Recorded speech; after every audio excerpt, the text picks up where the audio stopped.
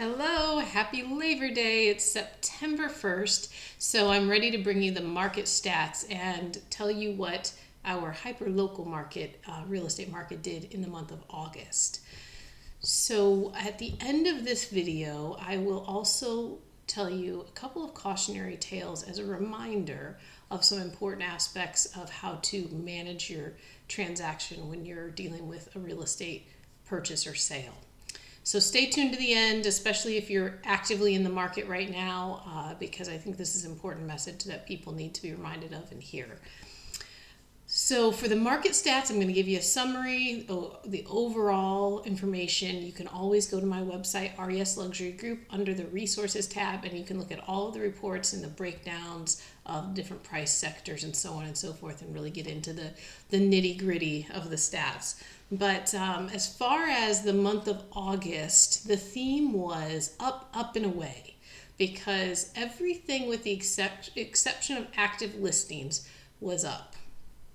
Active listings were down, so fewer homes for sale compared to July, but buying activity was up. List to sales ratios were up. Days on market up, so continuing that trend of more days on market, longer time to sell, and then expireds were up. So there were more expireds, just as there were fewer listings, there were more expireds that came off the market, which tells me that it may be that those expireds, some of them decided, you know what, we can't keep doing this, we're going to come off the market for a while, and since they didn't roll into active listings, that could be part of why the actives are lower than what they were last month. So there's a lot of things to be watching. I will tell you that the margins were slim for those changes, so these were not drastic changes, but that is the trajectory. So things are list to sales ratios, the percentage of your list price that you're actually getting out of the sale has improved, so that's a great thing. More buyers are active in the market, also a great thing if you're trying to sell your home. If you're a buyer, it means you have to be prepared to be more competitive, position yourself more competitively in case there's multiple offers and things like that may take place. Days on market being up, of course, that's not a positive thing, but we have been seeing that the last year. I would say it's started trending that way. The other good thing that's been helpful with the market as of late is interest rates are a bit lower. We're at 6.5% right now. It's a lot better than the 7% range that we were really pushing for a long time previous to this. So we hope to see those rates continue to come down gradually.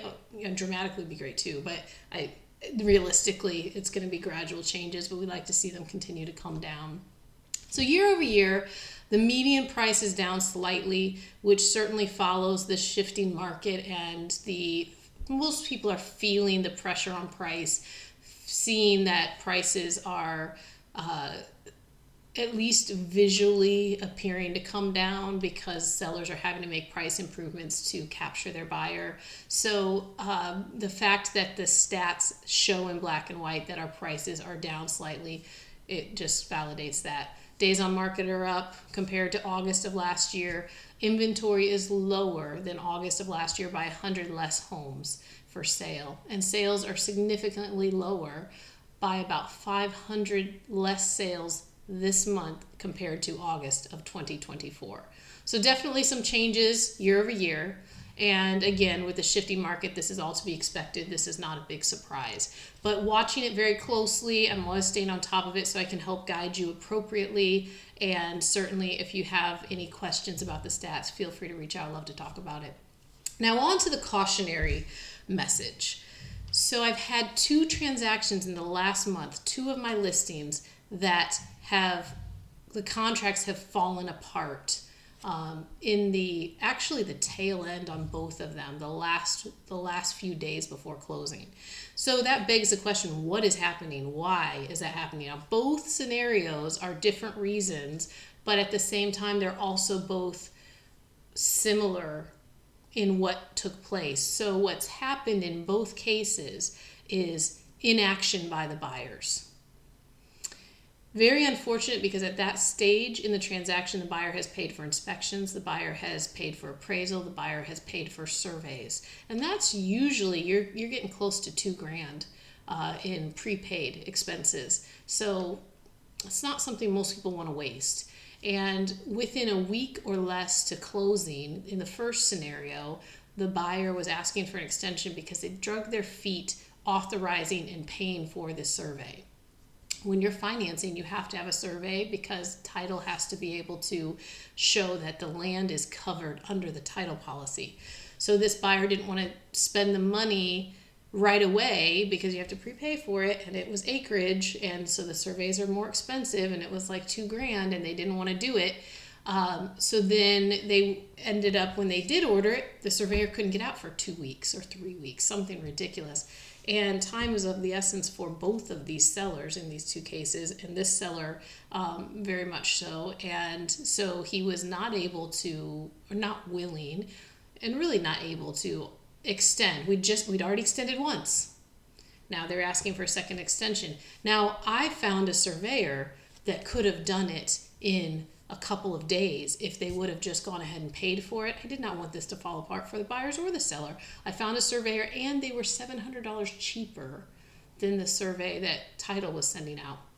So I told the agent, the buyer's agent, and said, hey, get them to order this right away. We'll know when the survey is going to be in, and we can schedule our closing for that date. It was literally 3 days that we were going to, before we could close.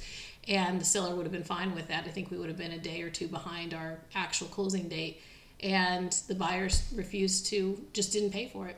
So meanwhile, while that was going on, a cash buyer came forward and said, I'm ready to close. I'll close in 2 days.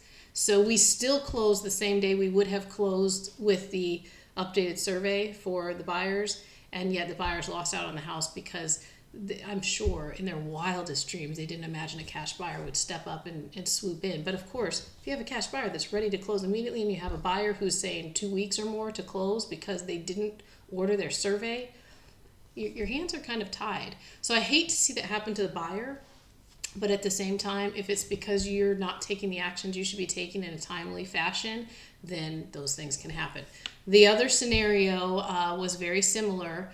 In this case, the buyer did not file their business taxes for 2023. For some reason, the lender didn't pick up on it until a week away from closing, and the accountant had the taxes, but because they were previous year's taxes, is my assumption, they weren't prioritizing those taxes, and they were saying, well, we're working on them, it'll be a couple of weeks before, and we'll reach out to you. So at this point, we're saying we don't know when we could close because we have to have the taxes. There could be issues when those taxes arrive that could kill the deal still, and time is of the essence for the seller. Seller just needed the house back on the market, so the contract was released, and we came back on the market, and within 24 hours had a new buyer.